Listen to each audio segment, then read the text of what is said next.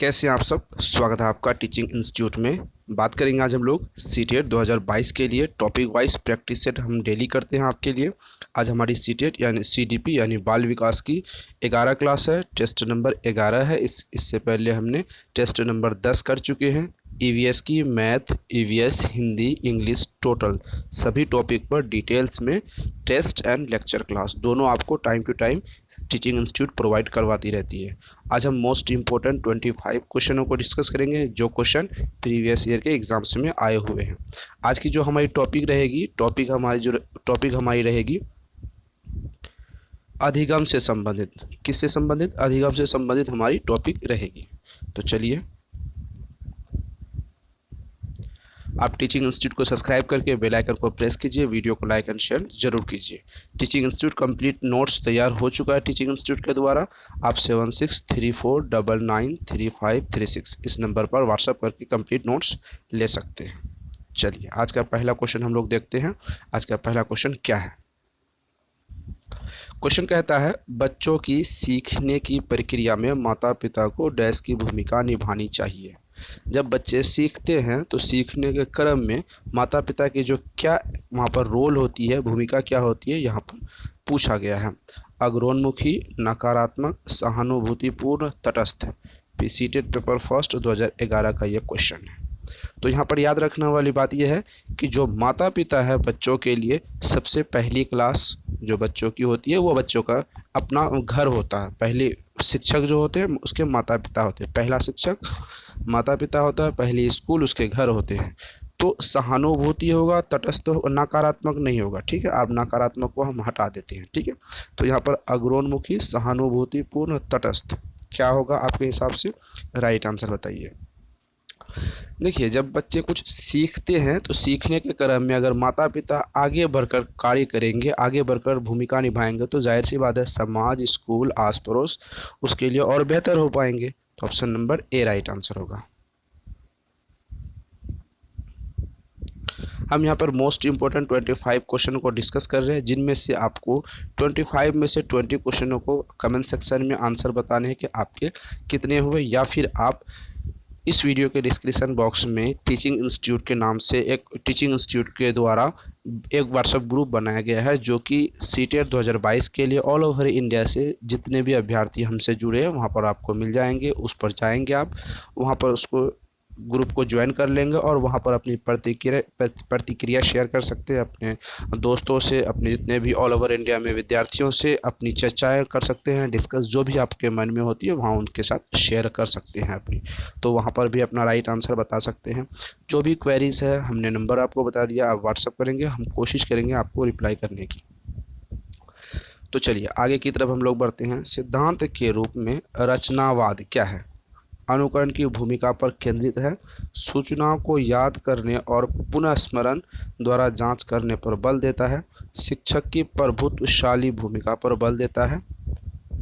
आगे बात करते हैं, दुनिया के बारे में अपना दृष्टिकोण निर्मित करने में विद्यार्थी की भूमिका पर बल देता है। सीटेट पेपर सेकंड 2011 का क्वेश्चन है। तो सवाल पूछा है सिद्धांत के रूप में रचनावाद क्या है। यहाँ पे सवाल आपको जो इम्पोर्टेंट होगा वो रचनावाद पे बेसिस पे होगा। तो राइट आंसर बताइए क्या होगा रचनावाद के बारे में। सबसे पहले तो अनुकरण की भूमिका रचना से नहीं होती है। अनुकरण का मतलब होता है जो बच्चे देख के सीखते हैं। तो ऑप्शन नंबर ए गलत हो जाएगा। सूचना को द्वारा यहाँ पर याद करने वाली बात हो गई है। ठीक है, पुनः स्मरण करने वाली बात हो गई है। यहाँ पर ध्यान रखेंगे जब भी कोई चीज़ें आपको पूछेंगे ऑप्शन में अगर पूछा जाएगा याद करना तो वो नेगेटिव टैग वर्ड की गिनती में आ जाती है, वो गलत हो जाएगा। स्मरण करना और याद करना दोनों का एक ही कैटेगरीज में आती है, तो यहाँ पर भी ये नेगेटिव हो जाएगा, ये क्वेश्चन ही गलत हो जाएगा। ठीक है, शिक्षक की प्रभुत्वशाली भूमिका पर बल देता है, किसी चीज़ पर आप बल नहीं दे सकते, ये भी गलत हो जाएगा। तो option number A B C गलत हो जाएगा। तो राइट आंसर दुनिया के बारे में अपनी दृष्टि को निर्मित करने में शिक्षार्थी पर भूमिका पर बल देता है। यहाँ पर भी बल है लेकिन शिक्षार्थी की भूमिका मतलब ये पॉजिटिव टैग वर्ड की गिनती में आती है। मतलब यहाँ पर ये आप कह सकते हैं कि बच्चे यहाँ पर खुद से क्या है, एक्टिव है। बच्चे यहाँ पर खुद से क्या है, एक्टिव है। मतलब अब बच्चे की भूमिका यहाँ पर खुद की है। जहाँ पर भी बच्चे खुद से कोई कार्य करेंगे तो वो ऑप्शन आपके लिए हमेशा सही हो जाएंगे। आगे की तरफ हम लोग बढ़ते हैं, आगे क्वेश्चन देखते हैं। आगे क्वेश्चन क्या कहता है,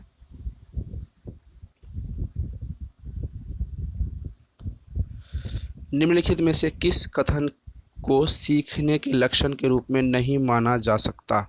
अब सवाल आता है नहीं। नहीं का मतलब होता है क्वेश्चन क्या होगा, हो जाएगा गलत। क्वेश्चन क्या होता है, गलत, यानी नेगेटिव फॉर्म में क्वेश्चन आएगा। अब समझने वाली बात है, ये गलत और नेगेटिव क्या है। अगर क्वेश्चन सही रहता है तो उसके आंसर एक ही सही होते हैं, ठीक है। अगर क्वेश्चन गलत होता है तो उसके आंसर 3 सही होते हैं। तो अगर क्वेश्चन सही होता है तो हम लोग क्या करते हैं, गलत वाले क्वेश्चन को हटाते हैं, सही को चुनते हैं। अब यहाँ पर क्या करेंगे, सही क्वेश्चनों को चुने, सही क्वेश्चनों को हटाएंगे और गलत वाले क्वेश्चनों को ढूंढेंगे। तो यहाँ पर ध्यान रखने वाली बातें होगी, यहाँ पर ऑप्शन 3 सही होंगे, 1 गलत होंगे। आपके हिसाब से और मेरे हिसाब से जो क्वेश्चन गलत होंगे वही यहाँ पर सही हो जाएंगे, मतलब उसी को हम सही मानेंगे, ठीक है। चलिए, नहीं समझे तो अब समझाते हैं अच्छी तरीके से। व्यवहार का अध्ययन सीखना है। सीखना कुछ ऐसी चीज़ें हैं जो कुछ अनुभवों के परिणाम स्वरूप घटित होती है। अधिगम भी सीखने का एक हिस्सा है। सीखना एक प्रक्रिया है जो व्यवहार में मध्यस्थता करती है। यह क्वेश्चन पूछा गया है सीटेट 2011 पेपर सेकंड का। तो चलिए, राइट आंसर क्या होगा आपके हिसाब से, राइट आंसर बताएंगे। सीखना कुछ ऐसी, यहाँ ऑप्शन नंबर ए देखते हैं, व्यवहार का अध्ययन सीखना है। व्यवहार का अध्ययन सीखना है या फिर व्यवहार का बदलना सीखना है। तो ऑप्शन, ये क्वेश्चन गलत हो जाएगा। यहाँ पर क्यों गलत होगा, व्यवहार का अध्ययन सीखना नहीं, किसी भी प्रकार के सीखने का लक्षण नहीं है, क्योंकि हम व्यवहार का अध्ययन नहीं करते हैं। व्यवहार का परिवर्तन, व्यवहार का परिवर्तन यहाँ पे, ठीक है, परिवर्तन, परिवर्तन सीखना होता है, याद रखेंगे। हमने कहा पहले भी लेक्चर क्लास में आपको जब हम पढ़ा रहे थे तो वहाँ पर बताए थे, जब व्यवहार आपका बदलता है तब आप सीखते हैं। तो ऑप्शन नंबर ए यहाँ पर क्या होगा, गलत हो जाएगा। अब याद रखेंगे क्वेश्चन गलत है, जो गलत होगा उसी को हम सही करेंगे। ऑप्शन ए, बी सही, सी एंड डी तीनों सही हो जाएंगे।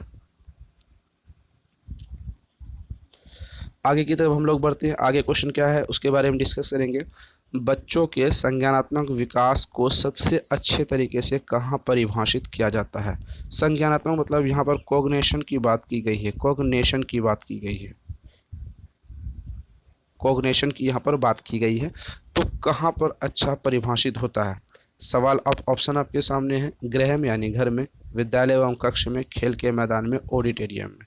यह क्वेश्चन भी कभी पेपर फर्स्ट 2011 यूपी टेट में क्वेश्चन पूछा गया था। हमने आपसे कहा कि हम ऐसे क्वेश्चनों को यहाँ पर डिस्कस कर रहे हैं जो किसी न किसी एग्ज़ाम्स में होके आए हैं, यानी प्रीवियस ईयर के एग्ज़ाम्स में आए हैं और आने वाले एग्ज़ाम्स में आपको ये चीज़ें काम आएगी। ये पेडागोजी वाले क्वेश्चन है। आपको पता है कि पेडागोजी वाले क्वेश्चन सीटेट में भर भर के आते हैं। सीटेट 150 मार्क्स के क्वेश्चन पूछते हैं, जिसमें से 75 अप्रोक्सीमेट पेडागोजी होते हैं, यानी व्यक्तित्व का परीक्षण। पेडागोजी क्या होता है, व्यक्तित्व का परीक्षण, आपके पर्सनालिटी का परीक्षण होता है। तो चलिए, राइट आंसर क्या होगा, राइट आंसर बताइए आपके हिसाब से यहाँ पर राइट आंसर क्या होने हैं।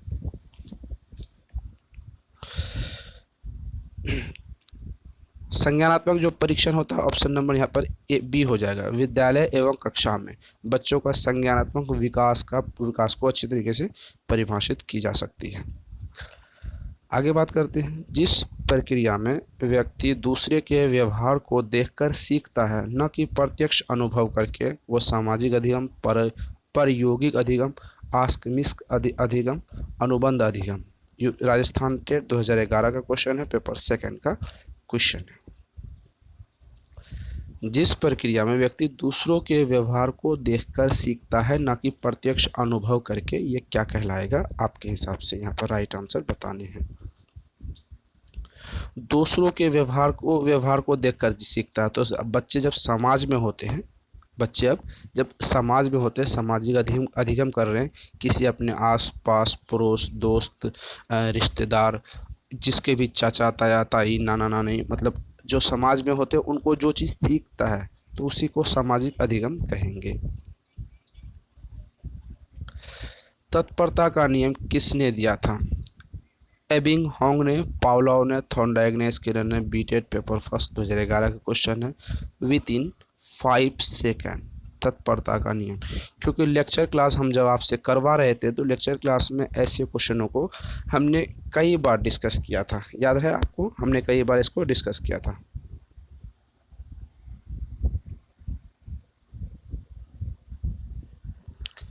चलिए, थॉर्नडाइक महोदय ने दिया था तत्परता का नियम, कितने नियम दिया था, मुख्य 3 नियम और गौण 5 नियम दिए थे, याद रखेंगे।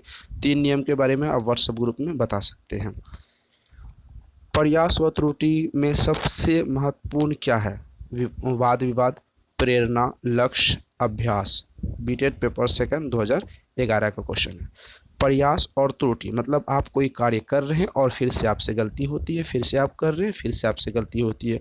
सवाल आपके क्वेश्चन में ही दिया हुआ, ऑप्शन तो आपके सामने, हालांकि ऐसा ऑप्शन है लेकिन सवाल तो आपके पास ही है। क्या है, लक्ष्य। क्या होगा, लक्ष्य। देखिए, आप इसे क्या करें, अभ्यास कहेंगे नहीं। आप किसी चीज़ के लिए प्रयास कर रहे हैं और फेल हो रहे हैं, तो बार बार चीज़ें करने से अभ्यास तो हो गए, लेकिन आप प्रयास क्यों कर रहे हैं, आप प्रयास क्यों कर रहे हैं, ये भी एक सवाल है, क्योंकि आपको लक्ष्य को हासिल करना है। ठीक है, तो ऑप्शन नंबर सी राइट यहाँ पर होगा।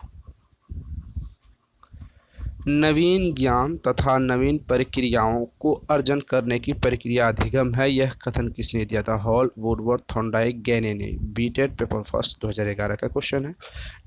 नया ज्ञान तथा नई प्रतिक्रियाओं को अर्जन करने के लिए ऑप्शन नंबर बी यहाँ पर राइट आंसर हो जाएगा, वुडवर्थ महोदय ने दिया था।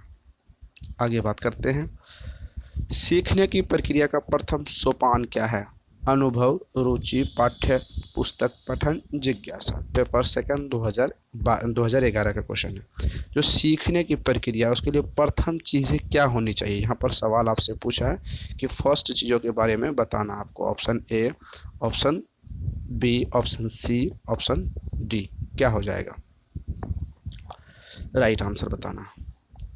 सबसे पहले अगर आपके पास अनुभव है, अनुभव पहले होगा। अनुभव कैसे होगा पहले, क्योंकि अगर बच्चे कोई चीज़ किसी से सीख के आए तो उसी चीज़ों को यहाँ पर दोहराएंगे तो अनुभव कहलाएगा, ये तो अनुभव होगा नहीं।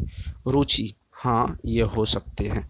ठीक है, पाठ्य पुस्तक पठन, पाठ्य पुस्तक पठन सीखने का प्रक्रिया का प्रथम सोपान है। जिज्ञासा, देखिए रुचि भी है और जिज्ञासा, जिज्ञासा यहाँ पर बेस्ट ऑप्शन है। आपके पास अगर क्यूरियोसिटी होगी किसी चीज़ को करने के लिए, सीखने के लिए, आपके पास लक्ष्य होगा, मन होगा, मोटिव होगा, मन करता है, बेचैनी होगी, आप तत्पर होंगे, तभी आप उस चीज़ों को बेहतर तरीके से सीख और समझ पाएंगे। जब अध्यापक एक छात्र को सफलता का एहसास कराता है तो वह उपयोग कर रहा होता है अभ्यास के नियम का, तत्परता का नियम का, प्रभाव का नियम का, मानसिक तत्परता के नियम का। ये भी हरियाणा टेट 2011 में क्वेश्चन पूछा है। सबसे सवाल यहाँ पर आता है, आप एक अध्यापक हैं, जब अपने छात्रों को सफलता का एहसास कराते हैं कि आप मैट्रिक में क्वालिफाइड हो जाएंगे तो अच्छे रैंक आएंगे तो आपको अच्छी छात्रवृत्ति मिलेगा, अच्छे कॉलेज में एडमिशन मिलेगा, अच्छे सब्जेक्ट के साथ आप आने वाले भविष्य में कुछ कर सकते हैं, तो आप सफलता के बारे में बच्चे को एहसास करा रहे हैं। तो option number A, B, C, D, इनमें से क्या ऐसा है जो ये चीज़ें साबित कर रही है। देखिए क्या होगा, सबसे पहले प्रभाव डाल रहे हैं बच्चों पे, क्या डाल रहे हैं, ऑप्शन नंबर सी यहाँ पर राइट आंसर हो जाएगा, बच्चे को आप प्रभाव डाल रहे हैं। एक बालक अधिक सीखता है यदि उसे व्याख्यान विधि से पढ़ाया जाए, पाठ्य पुस्तक के माध्यम से पढ़ाया जाए, कंप्यूटर के माध्यम से पढ़ाया जाए, क्रिया विधि से पढ़ाया जाए। हरियाणा टेट 2011 क्वेश्चन है। क्वेश्चन का जो लेवल है, क्वेश्चन वही है जो पहले हमने पढ़ के आया है, पहले जो हमने अभी आज पढ़ा, आज से पहले जो हमने टेस्ट किया या फिर आज से पहले जो हमने लेक्चर क्लास अटेंड की है, वही क्वेश्चन है, सेम टू सेम। लेकिन तरीका, क्वेश्चन का पूछने का तरीका बदल दिया गया है। सीखने का सबसे बेहतर तरीका क्या होगा, ये सवाल आपसे पूछा है, राइट आंसर बताइए। जब बच्चे किसी चीज़ में एक्टिव होते हैं, हमने आपसे कहा कि बच्चे जब किसी चीज़ में एक्टिव होते हैं यानी क्रिया खुद से करते हैं, खुद से किया गया कार्य, खुद से किया गया कार्य, तो उसमें बच्चा क्या होता है, एक्टिव होते हैं और बच्चा खूब अच्छी तरीके से ध्यान से सीखते हैं। Option number D right answer होगा। अधिगम एक परिविधि है पाठ्य पुस्तक में दिए गए विषयों को याद करने की, तथ्यों को याद करने की, अनुभव द्वारा अर्थ निर्माण करने की, परीक्षा की तैयारी की। हरियाणा टेट 2011 का क्वेश्चन है। हमने आपसे कहा कि हम ऐसे क्वेश्चनों को यहाँ पर डिस्कस करेंगे जो किसी न किसी प्रीवियस ईयर के एग्जाम्स में होके आए हैं या फिर एग्जाम आने वाले एग्जाम्स में आपसे वही सवाल पूछे जाएंगे। अधिगम एक परिविधि है, कौन सा परिविधि है, ये सवाल पूछा गया। पैडागोजी वाले फॉर्म में क्वेश्चन है। पैडागोजी फॉर्म में क्वेश्चन को हम टैग वर्ड के माध्यम से एंड ट्रिक के माध्यम से सवाल को सॉल्व करते हैं। तो चलिए इस सवाल को भी हम लोग सॉल्व करते हैं। कैसे करेंगे देखते हैं। किसी चीज़ों को आप याद करेंगे, याद करना एक नेगेटिव टैग वर्ड होगा, ये गलत हो जाएगा, मतलब नहीं करेंगे। फिर यहाँ पर याद करना है, याद एक नेगेटिव टैग वर्ड हो जाएगा, फिर गलत हो जाएगा। परीक्षा की तैयारी के लिए अधिगम, अधिगम का मतलब होता है सीखना। अगर आप सीखते हैं परीक्षा की तैयारी के लिए, बिल्कुल भी नहीं, गलत हो जाएगा। तो राइट आंसर क्या होगा? ऑप्शन नंबर सी, अनुभव द्वारा अर्थ निर्माण करना। आप अनुभव द्वारा क्या करते हैं? अधिगम का अपने अर्थ को निर्माण करते हैं। अगर किसी चीज़ों को बारीकी से आपको पढ़ना है और समझना है तो क्या करेंगे? आप उस चीज़ों का अर्थ निर्माण करेंगे, मीनिंग को बारी बारी से अपने हिसाब से समझेंगे, तभी आपके राइट आंसर होंगे। सांकेतिक अधिगम के अंतर्गत निम्नलिखित सीखा जाता है: वातावरण, पारस्परिक अनुकूलन, मनोविज्ञान, मनोदैहिक। सीजी टेट पेपर सेकंड 2011 का क्वेश्चन है। सांकेतिक अधिगम के अंतर्गत क्या होता है, यह सवाल आपसे पूछा गया है। तो राइट आंसर बताइए।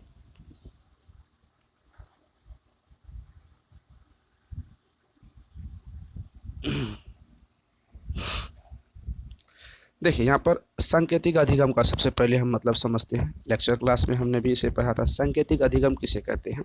सांकेतिक अधिगम का मतलब होता है पारंपरिक रूप से अनुकूलन द्वारा सीखना। पारंपरिक रूप से सीखना किसके किसके द्वारा? पारंपरिक रूप से इसे सीखना। इसे उद्दीपक और अनुक्रिया, क्या? उद्दीपक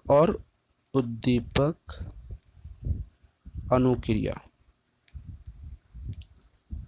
उद्दीपक और अनुक्रिया द्वारा इसे सीखा जाता है। तो ये चीज़ें हो गई। तो ये क्या हो जाएगी? मनोविज्ञान के द्वारा होगी, जिसको SR थ्योरी, SR लर्निंग भी कहते हैं। सांकेतिक अधिगम को SR लर्निंग यानी SR थ्योरी भी कहते हैं। SR थ्योरी भी कहते हैं इसको। सीखना व्यवहार के उत्तरोत्तर सामंजस्य की एक प्रक्रिया, यह कथन है पियाजे, Crohn, Crow, Skinner, Kohler. CG TET, Jharkhand TET. Question का लेवल आप देख सकते हैं। कितने एग्जाम्स में ऐसे क्वेश्चन आपसे पूछे जाते हैं? सीखना व्यवहार में उत्तरोत्तर सामंजस्य की प्रक्रिया है, यह कथन किसने कहा था? हमने लेक्चर क्लास जब कर रहे थे तो हमने एक लेक्चर क्लास के साथ साथ एक परिभाषा वाली क्लास की थी। परिभाषा वाली क्लास, जिसमें आपसे कहा था कि ऐसी कुछ मौखिक जो परिभाषाएं हैं उनको आपको थोड़ी याद करना। हालांकि याद करना एक नेगेटिव टैग वर्ड की गिनती में आती है, फिर भी आप उसे समझें, क्योंकि एक दो क्वेश्चन तो CDP में आपको हर हाल में देखने के लिए मिलेंगे। वही एक दो क्वेश्चन आपको क्वालिफाइड भी करा सकते हैं, लेकिन कुछ इम्पोर्टेंस हम जो बहुत सारे ऐसे होते हैं जो बार बार एग्जाम्स में पूछे जाते हैं, कुछ ऐसे परिभाषा होते हैं जो नहीं पूछे जाते। तो यहाँ पर इम्पोर्टेंट की बात करना, सीखना व्यवहार में उत्तरोत्तर सामंजस्य की प्रक्रिया, यह कथन किसने दिया था? सवाल आपको बताना है। Option number C right answer होगा, स्किनर महोदय। आगे की तरफ बढ़ते हैं। अधिगम का व्यवहारिक सिद्धांत निम्न में से परवलन सिद्धांत है, संबंध प्रतिक्रिया का सिद्धांत है, स्किनर क्रिया प्रस्तुत अधिगम का सिद्धांत है, उपरोक्त सभी। अधिगम का जो व्यवहारवादी सिद्धांत है उसे क्या है? सीजी टेट 2011 का क्वेश्चन है। चलिए राइट आंसर बताइए। अधिगम का व्यवहारवादी सिद्धांत क्या कहलाता है?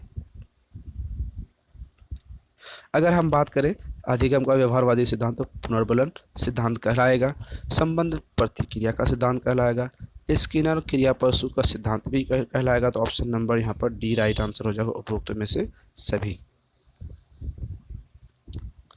क्वेश्चन का लेवल आप देख सकते हैं, कितने एग्जाम्स में पूछा गया। CG TET, UP TET, Jharkhand TET, एक एक क्वेश्चन कई बार एग्जाम्स में पूछा गया। इसीलिए हम ऐसे क्वेश्चनों को हमने आपके लिए लाया है, ताकि आप भी ऐसे क्वेश्चनों को अच्छी तरीके से समझें, और अच्छी तरीके से जब आप समझेंगे तो आने वाले एग्जाम्स में आपके अच्छे मार्क्स के साथ आप इसे या अच्छे मार्क्स के साथ गेन कर सकते हैं, क्वालिफाई कर सकते हैं। सीखने के प्रयास और भूल का सिद्धांत के प्रतिपादक थे पावलोव, थॉर्नडाइक, स्किनर, कोहलर। ले सवाल कितना बार पूछा गया है, जवाब कितना सिंपल है, पढ़ें कैसे हम लोग इतनी आसानी से, विद इन 5 सेकंड 5 सेकंड में इसका राइट आंसर आप इजी से बता सकते हैं। इसका थॉर्नडाइक महोदय, ज़्यादा कुछ सोचने वाली बात नहीं, ज़्यादा कुछ इसमें डिस्कस करने वाली भी बात नहीं है। ये क्वेश्चन का लेवल देखिए, सीजीटेट और झारखंड टेट क्वेश्चन का लेवल देखिए, एक एक क्वेश्चन कितना इंपॉर्टेंट है कि कई एग्जाम्स में आपके सेम क्वेश्चन रिपीट कर दिए जाते हैं। सीखने का क्लासिकल कंडीशनिंग सिद्धांत, थॉर्नडाइक, पावलोव, कोहलर, स्किनर। सीखने का क्लासिक कंडीशनिंग, चलिए राइट आंसर बताइए। पावलोव महोदय, ज़्यादा कुछ सोचने वाली बात है। क्लासिक कंडीशन का सिद्धांत का प्रतिपादक पावलोव ने दिया था। क्या है? सीखना एक अनुकूलित प्रक्रिया है। इसने क्या कहा था? सीखना एक अनुकूलित प्रक्रिया है। चलिए आगे की तरफ हम लोग बढ़ते चलते हैं। सीखने का वह मॉडल जो बच्चे की सृजनात्मकता को प्रेरित करता है, प्रोग्रामिंग मॉडल, रचनावादी मॉडल, बैंकिंग मॉडल, इनमें से कोई नहीं। ये भी क्वेश्चन सीजीटेट और झारखंड टेट दोनों एग्जाम्स में ये भी क्वेश्चन पूछा गया, यानी क्वेश्चन का लेवल बहुत अच्छा है। चलिए इसका राइट आंसर बताइए।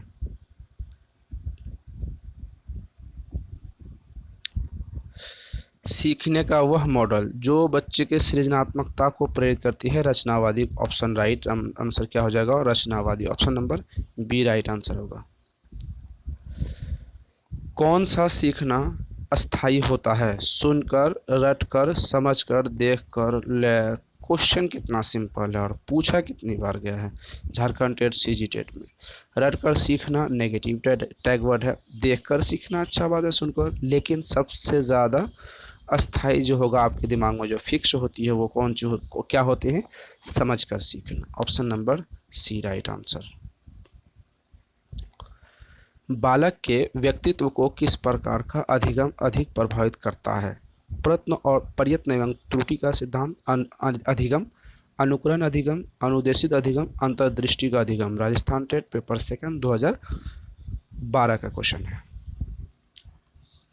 बालक के व्यक्तित्व को किस प्रकार अधिगम प्रभावित करता है, ये सवाल आपसे पूछा है। चलिए कितना सिंपल क्वेश्चन है और कितना अच्छा क्वेश्चन है, राइट आंसर बताइए। इसका राइट आंसर यहाँ पर क्या हो जाएगा? सॉरी,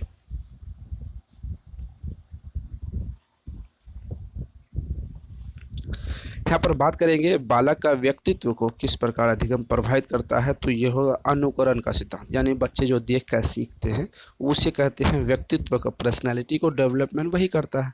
अगर यहाँ पर बच्चे जो देख कर सीखते हैं, अगर वो बच्चे कुछ दूसरी दिशाओं के बारे में सीखें, अगर शिक्षा के बाद कुछ गलत चीज़ें सीखें, यानी किसी बच्चे को चोरी करते हुए, गाली देते हुए, ऐसा कुछ करते हुए, तो बच्चे उसी के आधार पर सीखते हैं। तो व्यक्तित्व को प्रभावित वही चीज़ें करेंगे जो बच्चे सीखेंगे। मतलब इससे अच्छा ये है कि वातावरण यहाँ पर बेहतर होना चाहिए, वातावरण यहाँ पर बेहतर होना चाहिए। Option number B right answer होंगे।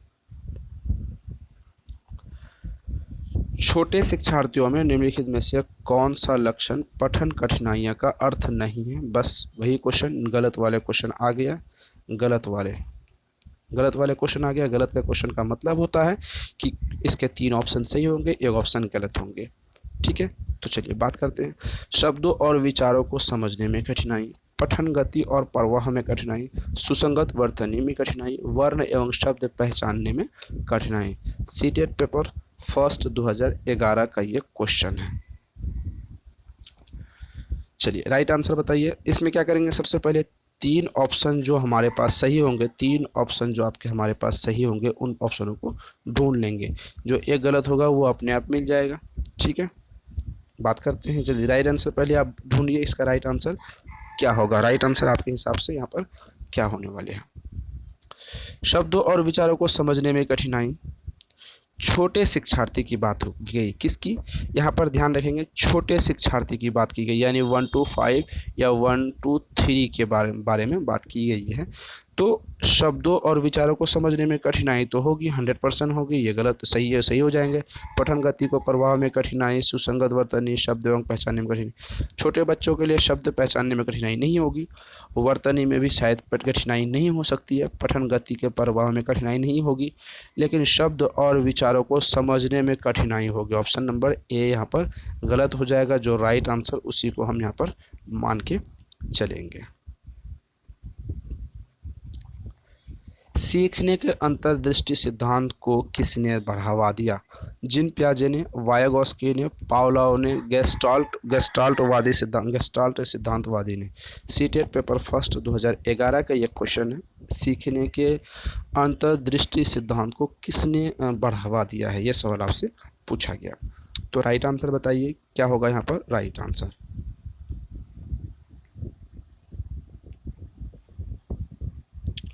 अगर हम बात करें यहाँ पर सीखने के अंतर्दृष्टि सिद्धांत का, राइट आंसर होगा ऑप्शन नंबर डी। सीखने के अंतर्दृष्टि का सिद्धांत को जो बढ़ावा दिया, गेस्टाल्टवादी सिद्धांत ने दिया था। तो ये कहाँ के थे? इसमें बहुत सारे मनोवैज्ञानिक थे, ये जर्मनी के थे। कहाँ के थे? जर्मनी के थे। ठीक है, option number D right answer होगा।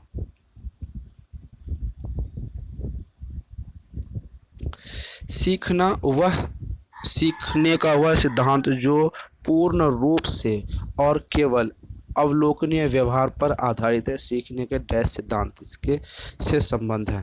व्यवहारवादी, विकासवादी, रचनावादी, संज्ञानवादी। सीटेट पेपर सेकंड 2011 का ये क्वेश्चन पूछा गया है। राइट आंसर बताइए।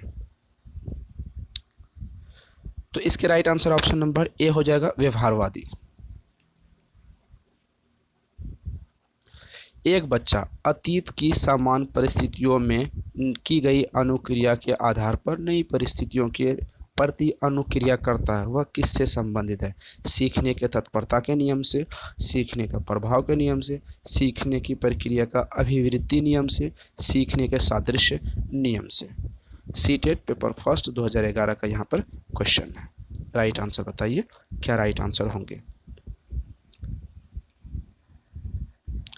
एक बच्चा अतीत की समान परिस्थितियों में नई अनुक्रिया के आधार पर नई परिस्थितियों के प्रति अनुक्रिया करता है। तो ये किससे संबंधित है, ये सवाल यहाँ पर पूछा गया है। तत्परता का तो यहाँ पर बिल्कुल नहीं होगा, प्रभाव का भी नहीं होगा, अभिवृत्ति का नियम ये भी नहीं होगा। तो ऑप्शन नंबर ए, बी, सी नहीं होगा। तो right answer option number D हो जाएगा, सीखने के सादृश्य नियम से। आगे बात करते हैं हम लोग, आगे क्वेश्चन की तरफ बढ़ते हैं। सीखना समृद्ध हो सकता है यदि वास्तविक दुनिया से उदाहरण को कक्षा में लाया जाए, उसमें विद्यार्थी एक दूसरे से अंतःक्रिया करे और शिक्षक उस प्रक्रिया को सुगम बनाए। कक्षा में आवर्धिक परीक्षाओं पर सापेक्षिक ध्यान दिया जाए। आगे बात करते हैं, कक्षा में अधिक से अधिक शिक्षण सामग्री का प्रयोग किया जाए।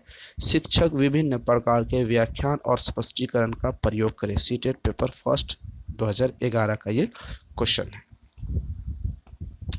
यहाँ पर सवाल पूछा गया, सीखना समृद्ध हो सकता है। समृद्ध का मतलब होता है चारों दिशाओं से। क्या होती है यहाँ पर समृद्ध का मतलब? समृद्ध का जो मतलब होता है चारों दिशाओं से, चारों दिशाओं से, उसे हम लोग समृद्ध कहेंगे। समृद्ध का मतलब होता है सभी दिशाओं से सबसे अच्छा और सबसे बेहतर। तो यहाँ पर जो राइट आंसर होगा ऑप्शन नंबर ए हो जाएगा, वास्तविक दुनिया से उदाहरण को कक्षा में लाया जाए। जब आप रियल लाइफ के जो आप चीज़ें देखते हैं, समझते हैं, उसे महसूस करते हैं, आप अपने कक्षा में उतारें। एक दूसरे से अंतःक्रिया करें, मतलब शिक्षक और विद्यार्थी एक दूसरे से अंतःक्रिया करें, कोरिलेशन इसमें बना के रखें और शिक्षक उस प्रक्रिया को सुगम बनाए। शिक्षक क्या है, उस प्रक्रिया को और इतने सिंपल सरल रूप से प्रेजेंट करे ताकि बच्चे उसे देखकर, सोचकर, समझकर अच्छी तरीके से सीखें। ऑप्शन नंबर यहाँ पर ये राइट आंसर होगा। तो ये थे आज के हमारे मोस्ट इम्पोर्टेंट 25 क्वेश्चन। 25 क्वेश्चन हमने डिस्कस किया, जिसमें से आपको 20 क्वेश्चन करके बताने हैं। कमेंट सेक्शन में बताइए, व्हाट्सएप ग्रुप में बताइए। ताकि यहाँ पर आपके अच्छे मार्क्स आ सके। रेगुलर आप टीचिंग इंस्टीट्यूट के साथ बने रहें। आपको रेगुलर टीचिंग इंस्टीट्यूट सीडीपी के साथ साथ हिंदी, ईवीएस, मैथ सभी क्लास आपको डेली करवाती रहती है। लेक्चर क्लास करवाती है, उसके बाद आपको प्रैक्टिस सेट करवाती है। लेक्चर क्लास आप ज़रूर भाग लें। अगर आप लेक्चर क्लास में भाग नहीं लेते हैं तो प्रैक्टिस सेट थोड़ी कम समझ आएगी, लेकिन मेरा वादा है कि आप हमारे साथ बने रहें, आपको अच्छी तरीके से समझ आ जाएगी। तो अपने दोस्तों के साथ शेयर ज़रूर करें इस वीडियो को। कंप्लीट नोट्स के लिए 7634993536 नंबर पर व्हाट्सअप करके कंप्लीट नोट्स आप ले सकते हैं। तो कैसी इन्फॉर्मेशन लगी ज़रूर बताइएगा, हम आपको रिप्लाई ज़रूर करने की कोशिश ज़रूर करेंगे। फिर मिलते हैं अगले वीडियो में। Thank you.